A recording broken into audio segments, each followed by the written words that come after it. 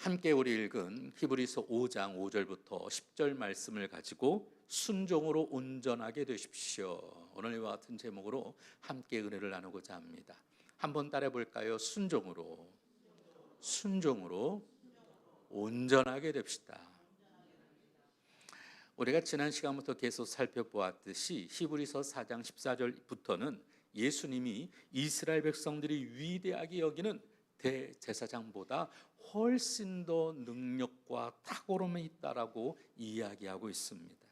그리고 그 논증을 위해서 지난 시간 5장 1절부터 4절에는 대제사장이 어떤 존재인가를 설명하고 있었어요. 그 이후 오늘은 더 큰 대제사장인 여러분 일반적인 제사장하고 대제사장하고 예수님이 어떤 분이신가를 여러분 비교해서 우리 주님이 더 탁월하다, 오늘 히브리서 기자는 이야기하고 있습니다.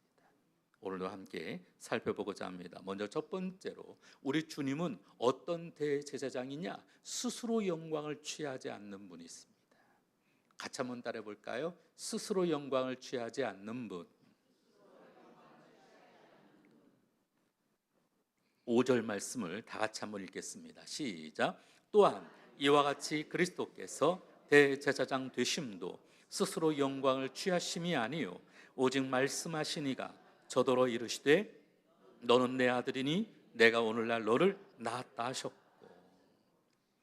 오늘 우리 주님은 스스로 영광을 취하신 분이 아니죠. 사실 그러지 않아도 되는 분이죠. 여러분 그렇잖아요.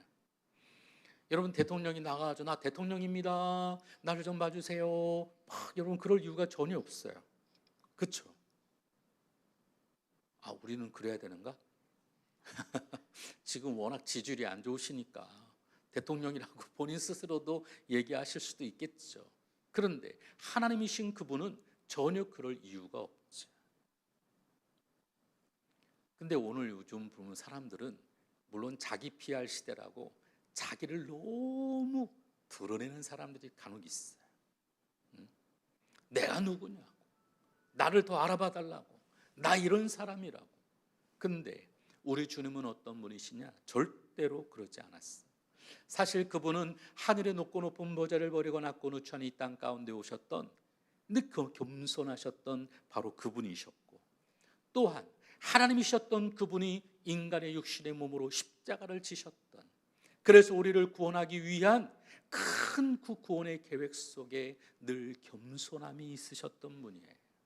그래서 우리도 이 성육신과 십자가의 원리 속에 우리도 겸손하게 주님을 따라가는, 언젠가 그래서 하나님이 우리를 높여주시는 그런 삶의 자리에 나가야 될 줄로 믿습니다.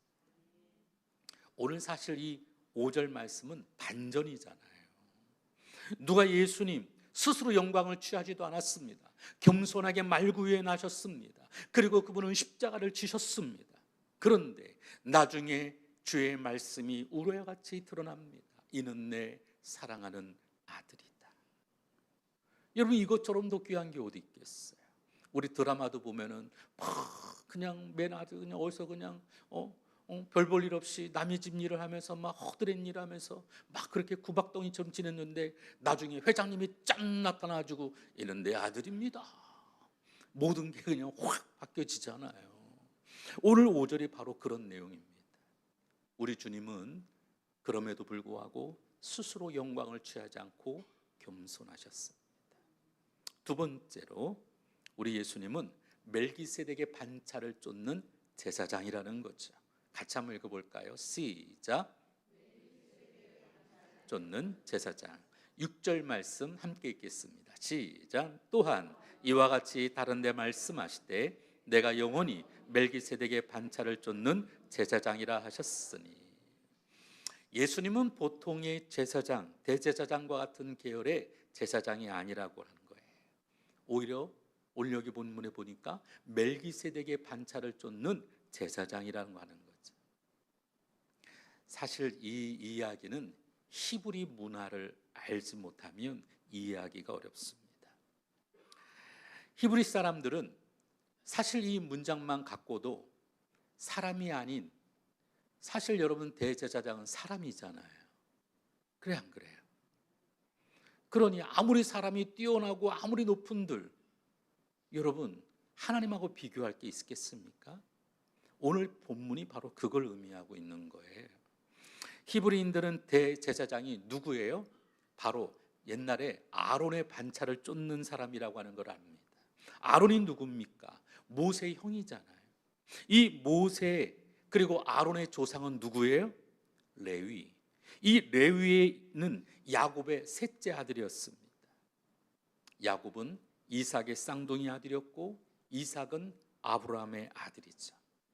자, 우리가 이런 족보를 생각한다면 히브리 사람의 사고에 있어서 이 아브라함과 그리고 이삭과 야곱 그리고 그의 레위 그리고 레위와 함께 더불어 여러분 이 모든 것들은 다 인간의 조상이라는 거예요. 그래서 이 비교할 수 없는 대제사장 역시 사람이잖아요. 그런데 창세기 14장에 보면 아주 신비한 인물이 하나 나오죠.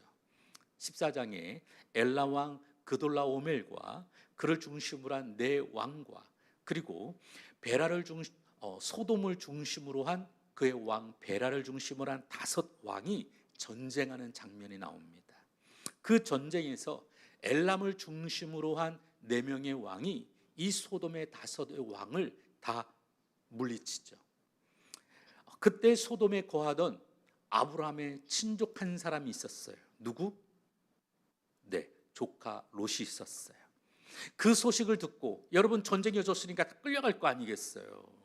그러니까 아브라함이 자기 집에서 기르고 훈련된 자 318명을 데리고 막 야밤에 추격전을 벌입니다. 조카를 찾아야 되니까. 그돌라오멜을 비롯한 4명의 왕을 이 아브라함과 그의 가신들이 물리를 칩니다. 그래서 조카 롯을 비롯해 모든 재물과 그리고 그의 사람들을 다 되찾아 오는 것이 창세기 14장 16절에 기록되어 있습니다. 자, 그렇게 되돌아오는데 그때 딱 신비하고도 놀라운 일이 하나 벌어지죠. 그가 누구냐? 살렘 왕 멜기세덱이 등장합니다. 자, 이 살렘이라고 하는 것은 샬롬이라고 하는 평화를 의미합니다. 그래서 살렘 왕 그러면 평화의 왕 멜기세덱이라고 하는 거죠. 이름부터가 신비하지 않아요?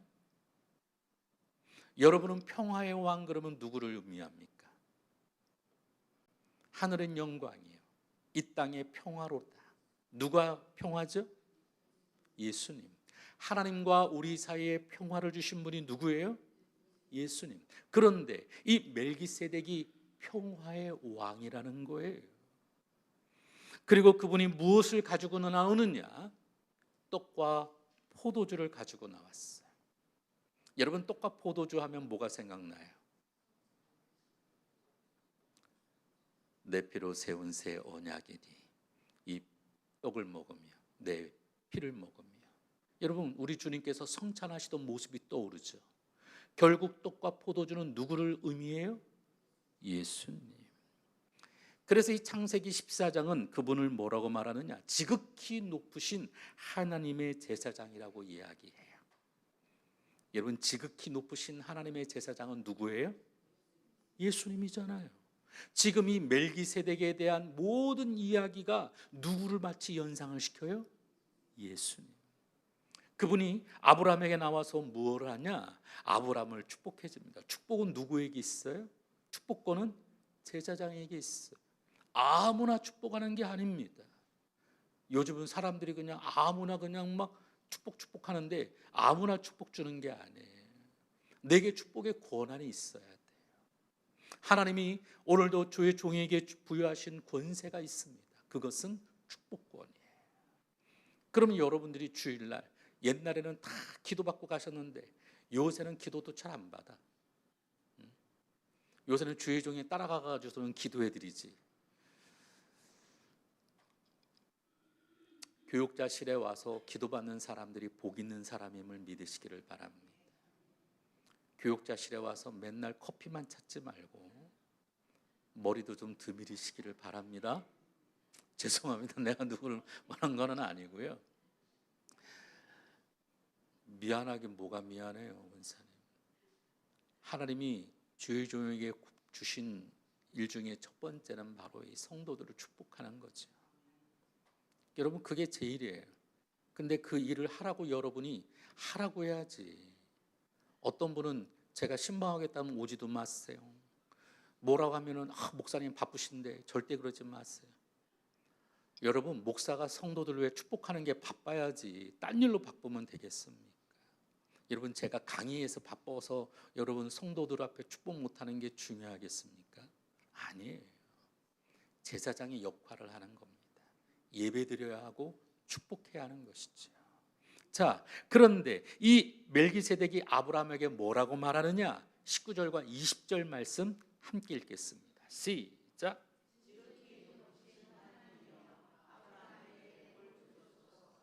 아브라함아, 너의 대적을 내 손에 붙이신 지극히 높으신 하나님을 찬송하라. 아브라함에게 있어서 오늘도 축복을 해주는데, 이후 멜기세덱은 역사 속에 한 번도 나타나지 않습니다. 그래서 이스라엘 사람들에게 있어서 멜기세덱은 신비한 사람이에요. 그래서 아브라함보다 더 신비한 인물로 여겨지죠.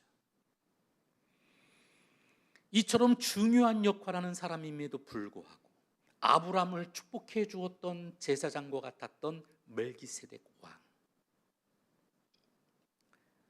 이런 상황에서 예수님이 멜기세덱을 쫓는 바로 대제사장이라는 거예요. 그러니 인간적인 대제사장하고 오늘도 하나님의 신비한 축복함을 가지고 아브라함에게 축복해 주었던 멜기세덱을 쫓는 대제사장과 같은 바로 어떤 분이 더 탁월하고 어느 분이 더 여러분 능력이 있겠습니까? 당연히 축복을 빌어준 멜기세덱이 아브라함보다 높은 것 아니겠어요? 그래서 멜기세덱의 반차를 쫓는 대제사장이 아브라함의 한참 후손인 아론의 반차를 쫓는 대제사장보다 훨씬 높은 분이라고 하는 거죠. 세 번째로 예수님은 사람과 똑같이 되신 분이라는 겁니다. 같이 한번 읽어볼까요? 시작. 사람과 똑같이 되신 분이다. 7절 말씀을 함께 읽겠습니다. 시작. 그는 육체에 계실 때에 자기를 죽음에서 능히 구원하실 이에게 심한 통곡과 눈물로 간구와 소원을 올렸고 그의 경외하심을 인하여 들으심을 얻었느니라. 예수님은 똑같이 우리와 통곡하시고 똑같이 눈물을 흘리셨고 우리와 똑같이 간구하셨고 똑같이 하나님을 경외했다라는 거예요. 아들이지만 그렇게 하셨습니다. 오늘도 이 구절에서 하나님께서 들으시는 기도가 뭔지 우리는 볼 수가 있어요. 먼저 첫 번째는 눈물의 기도입니다. 사람에게 눈물이 있다고 하는 것처럼 신기한 것은 없죠. 눈물 한 방울, 이 세상에서 가장 귀한 물이죠. 그 한 방울의 물이 내 마음에 놀라운 치유가 되어지고 창조주 하나님의 마음을 움직여지고, 그래서 하나님은 항상 우리의 눈물을 지켜보십니다. 악어의 눈물처럼 여러분 그런 눈물이 아니고 오늘 우리 가운데 진실한 눈물의 기도를 우리 주님은 지켜보시는 줄로 믿습니다. 두 번째로 간절한 기도예요. 우리의 기도는 하나님께 올려드리는 스팸 메일이 아닙니다. 저도 오늘도 예배 자리에 앉아 있는데 막 계속 지금 막 뭐가 들어와. 이게 보면은 별거 아닌 거예요. 사실 지금 아까 오기 전에 누구하고도 통화도 하고 이렇게 톡도 좀 나눴거든요. 급한 일이 좀 있다 그래가지고. 그래서 그걸 도와주려고 누구한테 또 연락하고 중간에 그러다 보니까 중요한 거니까 뭐 연락이 왔나? 봤더니 스팸, 보험, 자동차, 어디서 뭐 한다고, 세일한다고, 뭐 핸드폰 개통하라고, 뭐 계속 이런 거 엄청 들어오잖아요. 심지어는 요새 신천지에서도 저한테 메일 보내고 전화도 와요. 어디서 뭐 세미나 한다고 오라고. 그게 별 희한하게 어떻게 알았는지 제가 전화해가지고 고발조차 하겠다 그러니 또 다른 사람 이름으로 와요. 계속 끊임없이 제 일을 방해하고 그럴 때가 있습니다. 지금도 뭐 들어왔어요. 여러분 이런 일이 들어오면 여러분 보십니까? 아니면 지워버립니까? 그냥 지워버리고 차단 눌러버리죠. 그렇죠. 간절함이 없는 스팸 메일은 우리가 보지도 않습니다. 하나님 역시 우리의 간절함이 없는 것은 여러분 눈여겨보시지도 않죠. 우리가 기도할 때는 보다 더 간절한 마음이 담겨 있어야만 합니다. 그 간절함 속에 하나님께서는 그 내용을 보시고 우리 안에 역사하실 줄로 믿습니다. 근데 어느 때부턴가 우리가 기도해도 간절함이 아닌 그저 그런 마음으로 당연히 하는 것으로 여길 때가 많거든. 우리가 기도할 때는 보다 더 간절하게 집중해 기도해야 될 줄로 믿습니다. 세 번째는 하나님이 들으시는 기도는 경외하는 기도입니다. 한번 따라해 볼까요? 경외하는 기도. 어떤 분은 기도하는데 하나님의 뜻은 전혀 구하지 않고 자기 그냥 뜻만 관철시키려고 하나님 이것 들어주셔야만 합니다. 안 들어주시면 나 교회 안 나갑니다. 마치 꼭 딜하듯이 하나님의 뜻하고는 온데간데 없어요. 제가 어릴 때 사실 저희 어머님이 뭘 이렇게 사주시지를 잘 않으셨거든요. 근데 이 뭔가를 사주실 때는 합당한 이유가 있으면 사주시죠. 만약에 제가 멋진 운동화가 갖고 싶은데 그 운동화를 사려면 가격이 비싸요. 그러면 어때요? 심부름도 하고 구두도 닦고 해가지고 용돈을 모아가지고 이만큼 했는데 나머지가 부족해요. 사주세요. 그러면 사주시죠. 아무것도 안 하고 무조건 사달라고 그냥 들어놔가지고 그냥 안 사주면 학교 안 나가. 여러분 그러면 사주시겠어요? 안 사주셔. 우리 권사님처럼 두들겨 맞죠. 물론 맞아본 적은 없어요. 근데 여러분 중요합니다. 오늘도 나의 간절함 속에 무엇보다 여러분 오늘도 노력이 필요한 거죠. 어떤 노력이야만 합니까? 우리가 하나님을 향한 오늘도 그 간절함 속에 예배하는 경외하는 마음이 무엇보다 있어야만 합니다. 하나님의 뜻을 먼저 구해야 하나님께서 들어주시고, 여러분 오직 내 뜻만 관철시킨다고 하면 하나님께서 별로 기뻐하지 않으시죠. 마치 꼭 여러분 인간 사회에서도 보면 막 데모하잖아요. 물러가라 끝까지 단결투쟁. 이건 뭐 여지의 대화의 여지가 없어요. 여러분 싸우자고 나 투쟁 목숨 걸고, 여러분 이러면 여러분 서로 대화가 필요합니까? 여러분 목숨 걸고 싸우겠다는데 이건 대화가 아니잖아요. 오늘도 하나님을 내가 경외한다면 먼저 그의 나라와 의를 생각하는 마음으로 하나님의 뜻을 먼저 구해야 되는 거죠. 그래서 우리가 이 모든 것 하나님의 뜻이 하늘에서 이루어지듯 내 안에서도 이루어지기를 소망하며 하나님을 간구합니다. 오늘도 주의 얼굴을 구합니다. 이 반려견들이 지나가면서 어떤 개들은 그냥 쏜살같이 뛰어나가는 애들이 있는가 하면 어떤 개들은 꼭 주인의 얼굴을 바라보면서 사뿐사뿐 보폭을 걷는 애들이 있어요. 오늘도 날마다 우리 시선이 하나님을 향하여 오늘도 그분과 함께하기를 기대하듯 오늘도 주를 바라보는 저와 여러분 되기를 주의 이름으로 축원을 드립니다. 그래서 이번 1027 교회 연합 큰 교회 큰 기도회는 바로 이런 마음으로 우리가 간절함과 그리고 그 뜨거움 속에 하나님을 경외하듯 예배하는 모임이어야 될 줄로 믿습니다. 저희 교회는 사실 우리가 어디에서 모여야 될지 사실 굉장히 사람이 많잖아요. 그죠? 그래서 화장실이 제일 가까운 데가 어딘가 봤더니 여러분 중요해요. 이거 딴 데 나가면 안 되는데 우리끼리만. 여러분 우리 교회는 시청 앞에 있는 프라자 호텔이 있습니다. 그 호텔이 화장실이 제일 좋잖아요. 아시죠? 예. 그래서 우리는 호텔 앞에서 모일 거예요. 그 앞에. 광화문부터 시작이 되니까 시청은 중간이나 끝자리가 될 것 같아요. 그래서 어디에든 다 화면이 있고 다 똑같아요. 그래서 우리는 될 수 있으면 시청 앞 쪽으로, 광화문에서부터 시작이 돼서 내려오니까 광화문에서부터 시작이 돼서 삼각지까지 가려고 하는데, 지금까지 등록되어 있는 인원 숫자가 그러니까 조직위원회 신청한 숫자가 한 60만 명이 좀 안 돼요. 참 교회 그렇게 많은데 안 와. 제대로 신청도를 안 해서 그런 건지. 그래서 경찰청하고 협조가 70만 명이 넘어야 삼각지까지 오픈시킬 수 있대요. 남대문을 지나 삼각지까지. 근데 지금 현재는 시청 앞에서 남대문까지 정도밖에 안 돼요. 그래서 시청 정도면 딱 중간 정도 자리니까, 뭐 그렇다고 해서 우리 성도들 어서 뭐 딴 데 가면은 서로 헤어지고 어려우니까 화장실 우선 가기 편한 곳으로, 그래서 그쪽에 모이는 게 우선적으로 제일 좋을 것 같아요. 저도 예배 끝나고 가서 나중에 가서 거기서 모여서 우리 같이 움직여져야 돼. 아셨죠? 네, 그렇게 해주시기를 부탁을 드립니다. 네 번째로, 우리 예수님은 어떤 대제사장이냐? 고난으로 온전하게 된 분이시라는 겁니다. 같이 한번 읽어볼까요? 시작.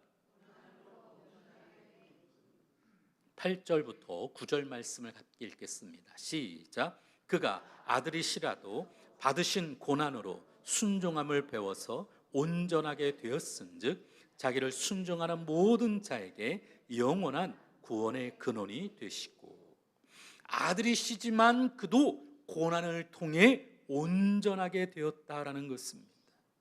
고난이 결코 나쁜 것이 아니에요. 고난은 순종하는 삶을 낳고, 순종하는 삶은 온전한 삶을 낳게 되어집니다. 그러므로 고난이 없게 해달라고 하는 것이 아니라, 고난이 와도 우리는 믿는 성도로서 자부심을 잃지 않고 그것을 넉넉히 이기게 해달라고 기도해야 될 줄로 믿습니다. 고난이 없는 게 축복이 아니라 고난을 이기는 것이 축복입니다. 그래서 오늘 우리는 고난을 대하는 우리의 태도가 있죠. 어떤 사람은 고난이 무엇 때문에 생겼지 원인을 찾는 데 몰두합니다. 우리는 무슨 문제가 있으면 원인이 도대체 뭐야? 누가 잘못한 거야? 누구 때문에 그런 거야? 여러분, 이렇게 원인만 몰두하고 찾게 되면 물론 철학자가 되기도 하고, 우리가 문제의 원인을 잘 살피다 보면 더 나은 것을 발전할 수도 있겠지만, 그러나 여러분, 고난은 신비한 것이기에 고난의 원인을 명확하고 정확하게 말할 수는 없어요. 여러분, 그렇지 않겠어요? 여러분, 제가 만약에 병이 들었습니다. 그러면 어떤 사람은 저한테 그럴 거예요. 그 목사님이 제대로 뭘 못했으니까 병든 거예요. 그거 귀신 들린 거예요. 원인을 그렇게 찾을 수 있겠어요? 목사도 사람인지라 아플 수 있는 거 아니겠어요? 원인이 어디서 온 건지, 아니면 하나님의 선한 은혜 가운데 나를 더 굳건하게 하시기 위한 하나님의 계획임을 또한 깨달을 수 있다면, 사실 이 고난의 여러분 신비로움을 우리는 어느 것에 우리가 찾을 수 있겠어요? 그래서 그 문제가 무엇인지를 따지고 살피기보다는, 여러분, 이 고난 가운데 내가 할 수 있는 것이 무엇일까를 생각하는 것입니다. 한번 따라해 볼까요? 고난 가운데 내가 해야 할 일이 무엇일까? 오히려 더 사명을 새롭게 하고, 그리고 하나님의 뜻한 계획이 무엇인지를 더 무릎 꿇고 기도하는 것, 이것이 더 바람직하지 않을까요? 문제의 원인을 잘 찾는 사람이 아니라 문제를 통해 실제적으로 하나님의 뜻을 구하며 오늘도 주님의 은혜를 구하는 믿음의 삶의 자세가 더 중요하지 않겠습니까?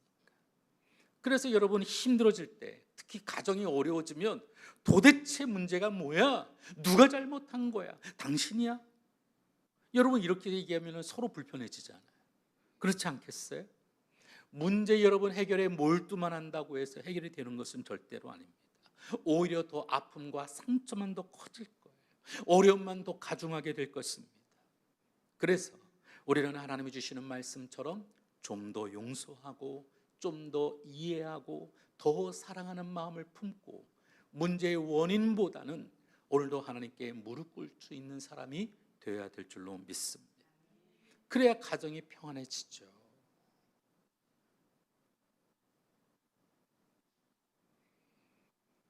이 가정에서도 보면 제일 문제가 너 때문이야, 너 때문이야. 여러분 그러잖아요. 밥을 질게 했으면 너 때문이야. 여러분 당신이 좋아하니까 그렇게 했지. 여러분 말하다 보면 서로 싸우게 되고 서로 상처가 되고 문제가 되어집니다. 우리는 문제를 밝히는 사람이 되기보다는 문제를 극복하는 사람이 돼야 될 줄로 믿습니다. 여러분 옛날에 군대 가면 이유 없이 맞을 때도 있었어요. 여러분 그때마다 도대체 이유가 뭡니까? 왜 때립니까? 여러분 이러면 더 맞습니다. 여러분 그러지 않겠어요? 여러분 군대 가가지고 여러분 상관이 막 머리 박고 그러면 내가 왜 머리를 박습니까? 여러분 그러면 더 맞죠. 사실 여러분 이 명령사회인 군대에서는 여러분 순종하는 사람을 되기 위해서 얼차례라는 것도 하잖아요. 그래 안 그래요? 그래서 우리는 무엇보다 고난 중에 순종하는 성품을 배워야 됩니다. 이 중요한 것은 순종이죠. 그래서 우리 신앙의 ABC라고 하면 저는 첫 번째로 순종이라고 말하고 싶습니다. 지나간 세월 이렇게 보니까 한 번도 아니오 소리를 저는 잘 안 해요. 다 이해하죠. 순종이 제일 중요한 것 같아요. 누가복음 11장 28절로도 말합니다. 함께 읽어볼까요? 없나요? 하나님의 말씀을 듣고 지키는 자가 복이 있도다. 하나님의 말씀을 듣고 지키는 자가 복이 있도다. 그런데 사람들은 생각할 때 순종을 하기보다는 축복을 더 원하고, 순종하기보다는 더 기적을 원하고, 순종을 원하기보다는 표적을 원할 때가 많습니다. 그런데 우리 주님은 이런 모습을 별로 원하지 않으셨어요. 말씀 앞에 순종에 힘써야만 합니다. 우리 눈에 기적이 보이지 않아도 우리는 순종해야만 합니다. 지금 내 손에 없는 축복이 없다 할지라도 우리는 말씀에 순종해야만 합니다. 질병이 내 안에 떠나지 않아도 우리는 말씀에 순종해야만 합니다. 아무리 어려운 일이 계속되어도 말씀에 순종해야만 합니다. 왜냐하면 그 길만이 진정 사는 길이고 그 길만이 진정 복받는 길이기 때문인 줄로 믿습니다. 제가 이 설교를 준비하면서 이 천상의 소리라고 하는 레나 마리아라고 하는 사람 여러분 아시죠? 잠깐 보여주시겠어요? 레나 마리아 옛날에 우리나라에 한참 유명하게 많이 왔다 갔다 했던 분이시죠. 태어날 때부터 두 팔이 없었어요. 두 다리 중에 하나는 정상적이지 않고 한 다리는 절반밖에 없어요. 그러니 이 여인이 지금도 보니까 발로 이렇게 턱을 개고 있잖아요.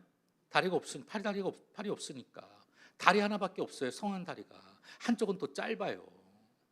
그래서 긴 다리 가지고 저렇게 모든 걸 다 하는 거예요. 하나 가지고. 근데 이 여인이 복음성가로 어메이징 그레이스를 되게 유명하죠. 그래서 여러분 유튜브 레나 마리아 치면 아마 이 어메이징 그레이스 이 노래가 나올 거예요. 3살 때부터 팔도 없고 다리도 한 짝밖에 없는데 수영을 하기 시작했어요. 스웨덴 대표로 세계 장애자 수영 선수권 대회에서 4번이나 금메달을 땄대요. 우리나라 88 올림픽 때도 선수로 참여했대요. 어떻게 수영에서 1등을 했을까? 그녀의 부모가 갓난아기 때 이 물속에서 막 너무 좋아서 그냥 팔도 없고 다리도 없는 애가 그냥 막 그냥 이러고 헤엄치고 다니니까 그래서 수영을 시켰대요. 팔도 없이 몸으로 수영을 하는데 엄청 빠르게 그냥 헤엄치는 거지. 인어공주처럼 여러분 인어공주도 막 다리를 휘젓지 않잖아요. 이렇게 몸을 막 이렇게 가잖아요.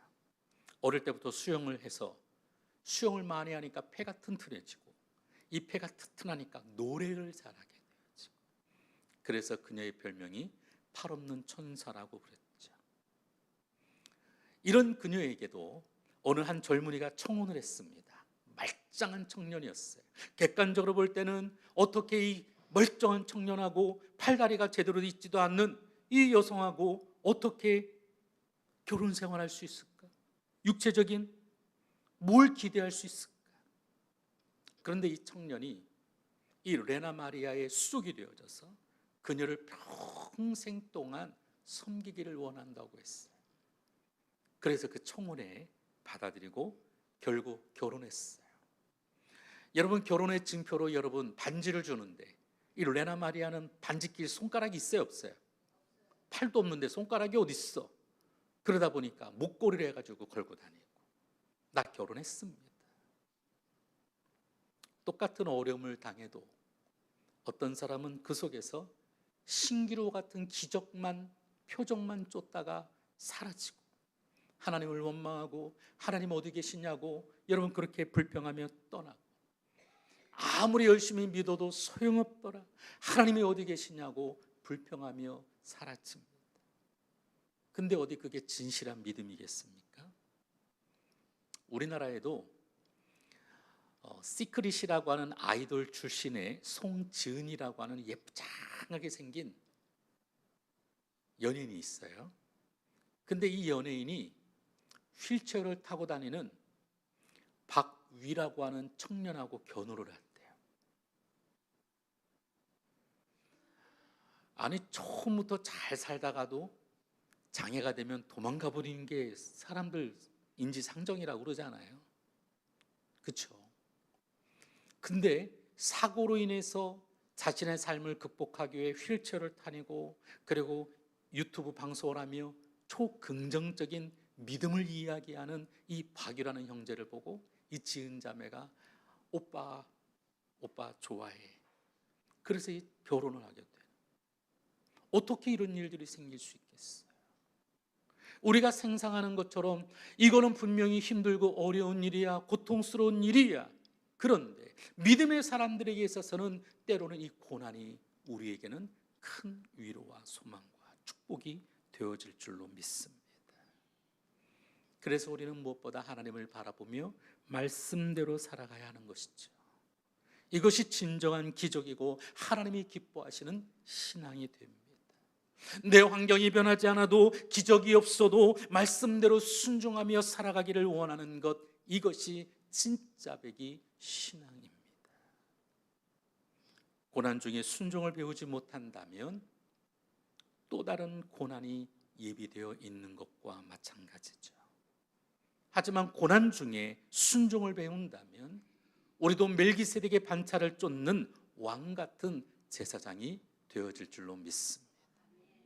그럼 오늘 저와 여러분, 인간의 방법대로 여러분 고난을 해석하고 바라보기보다 우리는 멜기세덱을 쫓는 예수님과 같이 오늘도 예수님처럼 어떤 고난이 와도 우리가 믿음으로 이 모든 상황을 주의 뜻을 구하며 나아가는 저와 여러분 되기를 주의 이름으로 축원합니다.